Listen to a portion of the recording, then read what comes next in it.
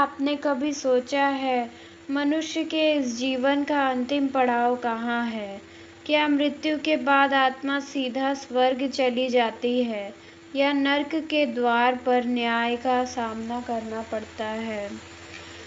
आज हम बात करेंगे उन प्राचीन शास्त्रों, वेदों, पुराणों और संतों की वाणी की जिनमें आत्मा की यात्रा का रहस्य छिपा है।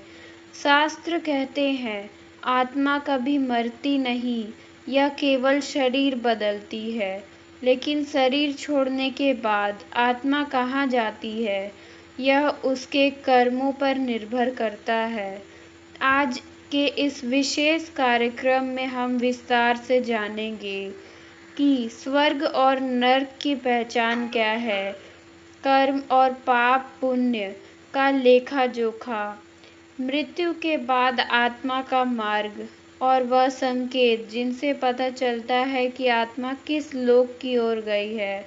तो आइए इस अद्भुत और रहस्यमय यात्रा की शुरुआत करते हैं।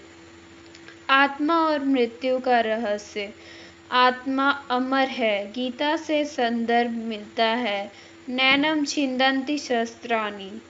शरीर नश्वर है, आत्मा शाश्वत है। मृत्यु के बाद आत्मा की यात्रा कैसे शुरू होती है? यमलोक और न्याय।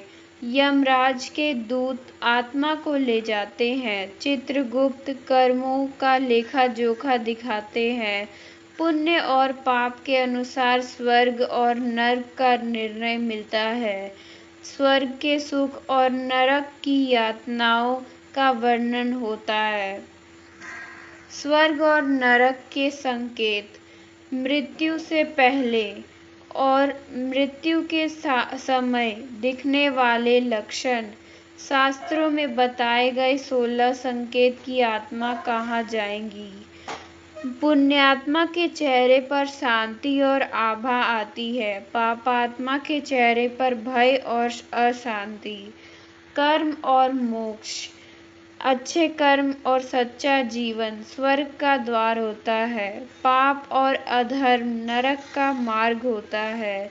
मोक्ष पुनर्जन्म के चक्र से मुक्ति मिलती है। साधना भक्ति और सेवा का महत्व होता है। उपाय और अंतिम सत्य। मृत्यु के बाद आत्मा की शांति के उपाय। पितरों की तृप्ति और श्राद्ध कर्म। भगवान का स्मरण और नाम जप। अंत में आत्मा का परम लक्ष्य है ईश्वर से मिलन। तो यह था हमारे वीडियो में इस टॉपिक के बारे में जानकारी। अगर आपको हमारा यह वीडियो अच्छा लगा हो तो हमारे चैनल को सब्सक्राइब करना ना भूलें। धन्यवाद।